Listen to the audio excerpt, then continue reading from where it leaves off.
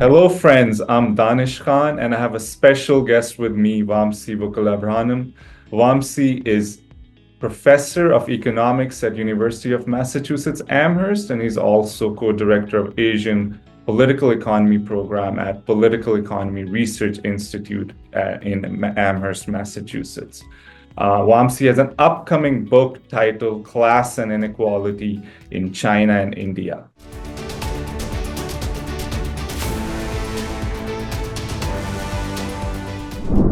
So we're going to discuss about that book, but first I want to start with general election in India and where we saw BJP lost some ground and Congress and its allies gained some political space. So can you talk about it? What are some underlying factors which led to this surprise result?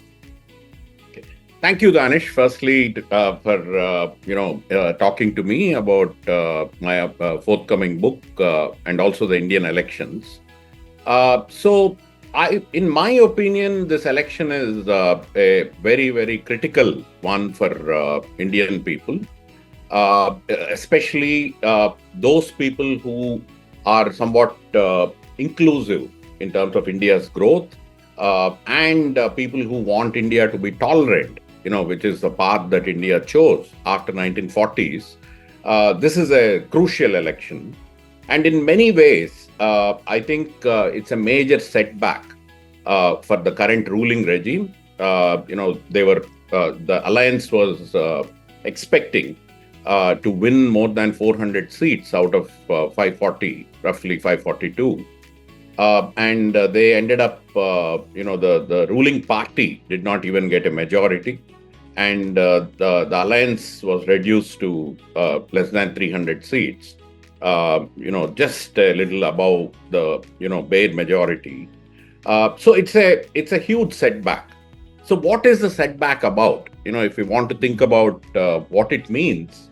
So there are what it means and, why it happened. Let me look at those two aspects. Let me start with why it happened. This election is coming after two successful elections for the National Democratic Alliance and the BJP under Modi. And one of the key differences this time is people really cared about economic issues. Economy is back with a bang.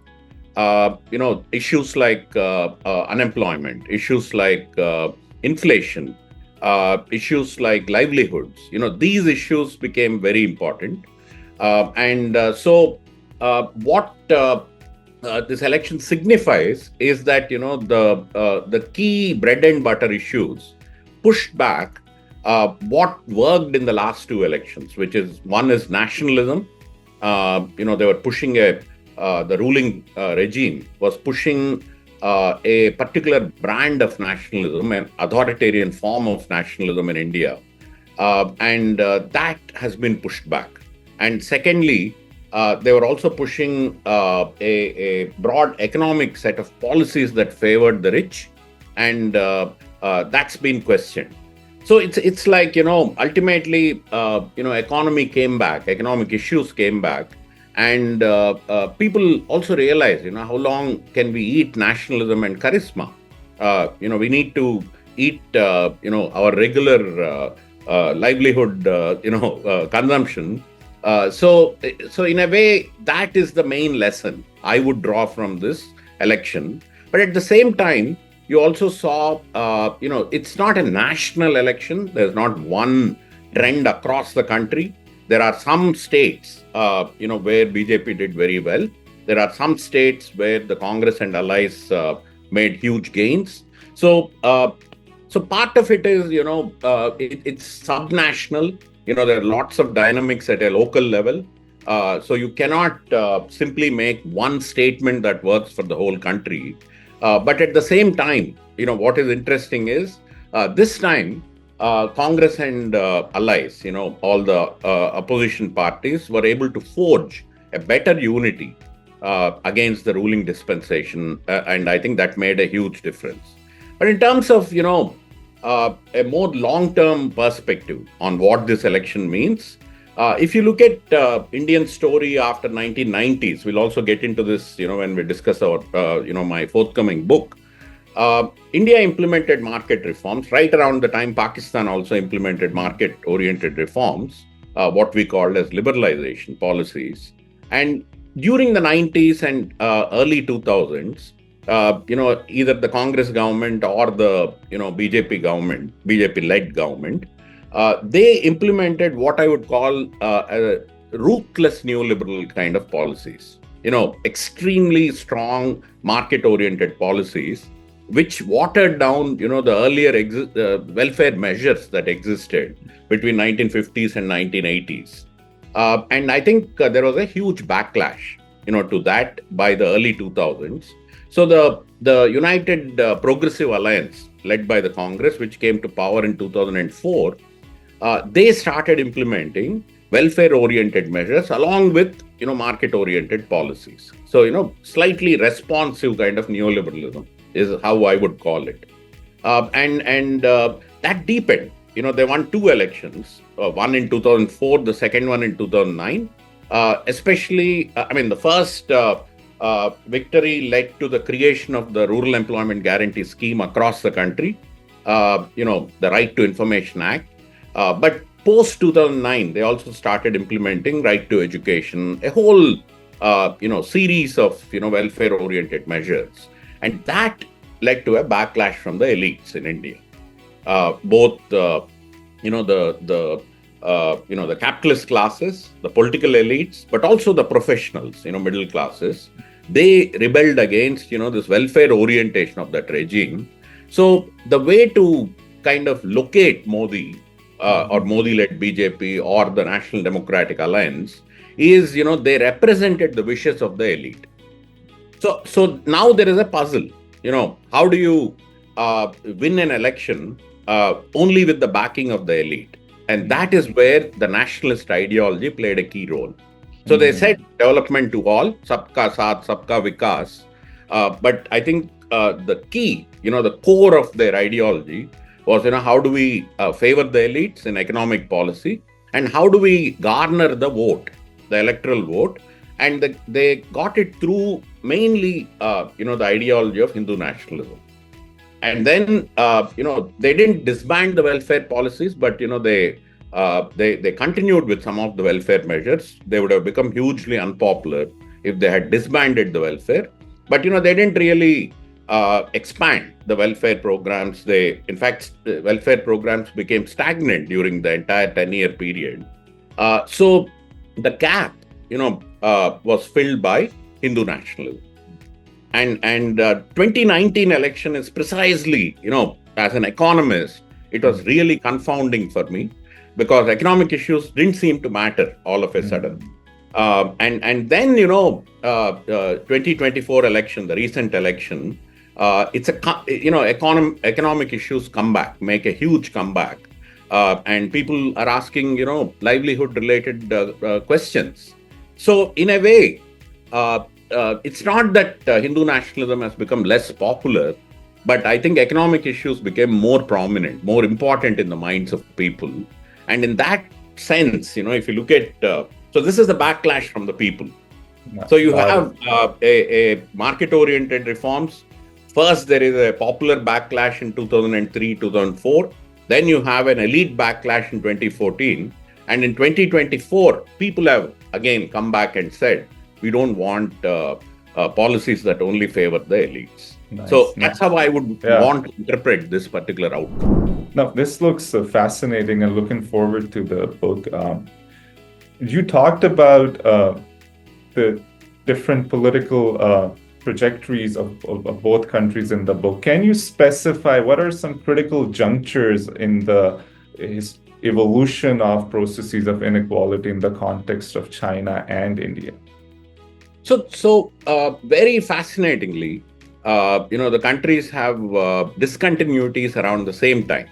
So as you already mentioned, in 1949, there was a People's Revolution in China. And, China becomes a communist country, and India acquires independence along with Pakistan. And once, India gets independence, It's riding on a progressive independence struggle. So there is this urge to reconstruct, both countries, China in a socialist way, and India, after coming out of colonialism. How does India develop? How does India move forward with a somewhat of an egalitarian kind of overall outlook? So the starting points are similar, even though they adopted different economic systems. The starting points are similar. They are coming out of either direct colonialism or a more indirect form of domination by European powers. And then between 1950 and 1980, China had broadly what can be called as a Mao period. That's the socialist period.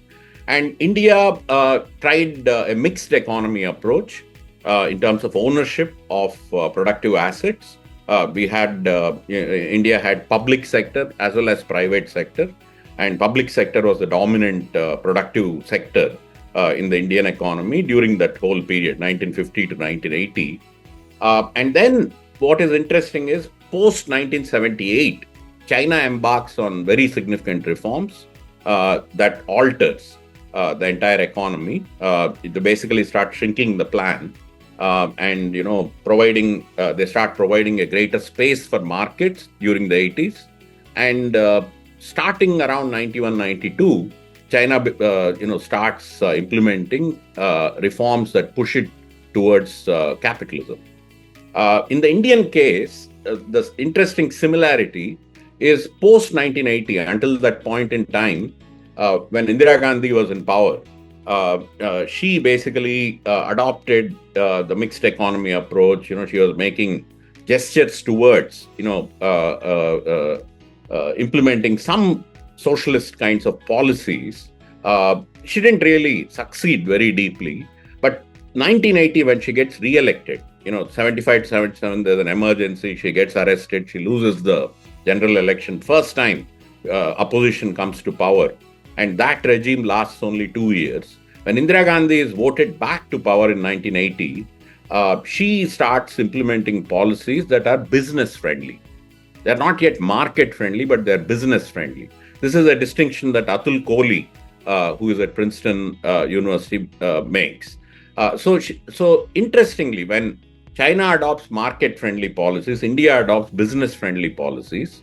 But both sets of policies push these two economies towards a market-oriented, private, ownership-based capitalism. So the second period, 1980 to 2010, there's a remarkable similarity between these two countries in terms of the policies that they implement. I think this is an important point that you're making about difference between market and business-friendly policies, and it might be relevant for other developing countries. Can you briefly talk about what are some key differences? So the distinction that Kohli makes, and I agree with that distinction, is that until 1980, there is whether it's taxation policy, whether it is so corporate taxation, that is one aspect of it.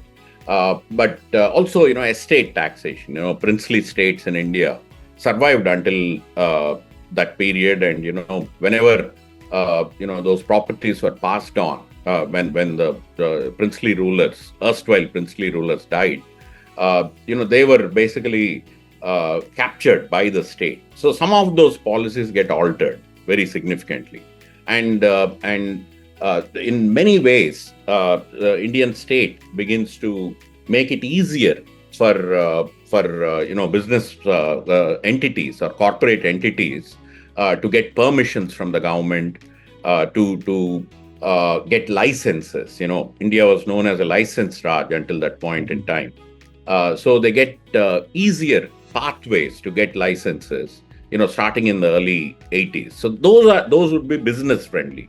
Market friendly policies, on the other hand, would be when you let markets determine the distribution processes or the allocation processes. So for instance, something like trade liberalization, right? So you let Indian economy connect with the global markets, or you let Indian farmers, you don't give them subsidies, or you don't give them input subsidies or compensatory remunerative prices in the output markets. You begin to reduce the subsidies and the benefits you provide to the farmers, and you say that let the markets determine. They are more efficient. Let the markets determine how the economy structures itself. So you can have business friendly policies without necessarily unleashing the markets fully. And that's what happened in the 80s in India. And some people have called it gradual liberalization. Got it. Or people like Panagaria, they refer to it as liberalization by stealth. But all that changes in 1991. That's so right, 80s it's business friendly, 90s it is more market friendly. I think that's very useful to differentiate between these two policy regimes. Now, you mentioned global economy as well, and we all know China and India are now major players in global economy, both in terms of their size, but also they are now becoming like global factories for all the major or all the global production goes through these two countries in one way or the other. So what are some implications for global economy in the case of India's and China rise, and also this rise in inequality? So if we take the long-term perspective, if you go back to the 18th century, India didn't exist as it is now. India, if you look at the region, Pakistan, India, Bangladesh, if you take that entire region and you take what is currently China, then together these two regions, what is currently China and what is currently South Asia, they produced around 60% of the world's output. So it was really, these two were the powerhouses, in terms of the global economy, and they exported a lot to Europe and other places, Africa, and so on and so forth. So at that time, they were extremely dominant, these two spaces, what we now call as India and China, or South Asia and China. This changes with colonialism quite significantly. And by 1950, when China becomes communist and India gets independence, the cumulative share of these two economies in the global GDP it declines to 10%. So from 60%, there is a precipitous decline to 10%. And then that ratio, that proportion improves a little bit after, China becomes communist and India becomes free of colonialism. But until 1980, it's a slow progress, right? They improve their share in the global GDP, but it's not very significant. But post 1980, the rise of China especially, and to some extent, to a lesser extent, the rise of India, it has now catapulted, their cumulative share to again 25% of the entire global GDP. So 60 to 10 to 25. This is very significant. This is after colonialism, after these countries have been extremely after these two spaces have gone through extreme extraction, resource extraction from the colonial rulers or European powers, they've made a comeback. So that is one aspect of their global rise.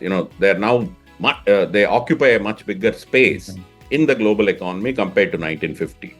But this has two interesting, side implications, because my interest is inequality in this book. One implication is if you take the global inequality, right? Inequality of income inequality across countries, between people living in different countries. About 80% of the global inequality is because of inequality between countries. So inter-country inequality. And about 20% of the inequality is within country inequality. Right? So what this has done, the rise of India and China, is it has reduced the between country inequality, because now their global share has increased.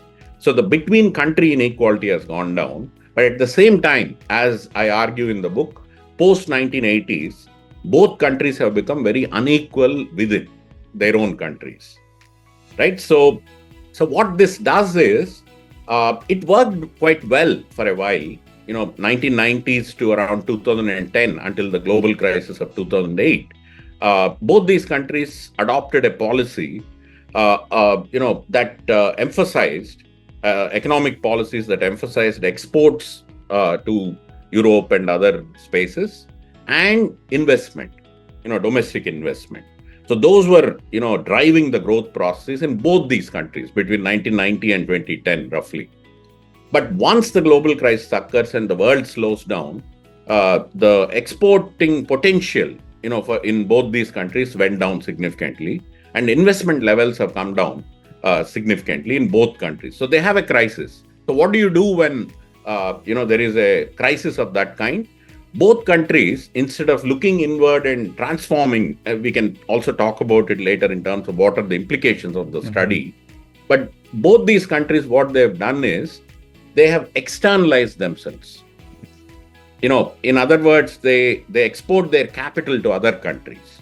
So China has done it very systematically with the Belt Road Initiative, and they've spread to Pakistan. There's a very significant investment in Pakistan as well, in several countries across the world. So the Belt Road Initiative is a very systematic initiative that China launched in order to solve this internal crisis. And then India has also externalized itself significantly into Africa, into Latin America, but not as much as China. It's not as systematic or as widespread as it is in the Chinese case. But both these countries adopted very similar approaches to tackle this crisis, of growth, because, once exports are no longer forthcoming, they have begun to, externalize their own capital, looking for cheap labor or resources or, things like that. And that it has a set of implications now. Some may be positive, some may be negative. But, so it's not just the European powers who have a big role to play in the developing world. China has now, taken on a very big role. And India to a much lesser extent, but, India is also present, in several of these spaces, Latin America or Africa, or, poorer Asian countries. So this is the global impact. Fascinating. On one hand, inequality implications, in terms of between countries, it has improved. Within country, things are much worse in both countries. But, their presence across the globe has expanded significantly. Fascinating. Yeah, thank you for sharing this. So you mentioned about the possible implications. So what are some new insights that we get from your study? And also, if you can talk about some policy implications based on your findings. The policy implications, going to that question, the policy implications are clear. Both China and India are looking away from something very obvious. They ought to look inward. Their response has been that, they'll externalize, the Belt and Road Initiative or India's externalization, going into Africa, Latin America, and so on to solve an internal crisis. They ought to look inward and they ought to reduce the inequalities within these large spaces. They have 1/3 of the entire world's humanity. So if they look inward and they redistribute, in a more egalitarian direction, then, the problem of demand, the problem of growth for these countries will be solved. So my advocacy would be for both policymakers to make their economies much more equal, right? The distribution of the GDP ought to become more equal. In particular, focus on urban informal workers who are growing, and it's a large chunk of urban population. Focus on farmers, focus on landless workers in rural areas, redistribute, not just incomes, but, also the productive potential like land and so on. So I think the direction in which these two countries ought to move to solve their growth issues, economic growth issues, is to look inward and make themselves more egalitarian. This is fascinating. I would definitely say an overwhelming majority of people in both China and India would agree with this policy proposal. Thank you so much for your time. It was wonderful talking with you, and you really shared some deep insights. So thanks once again.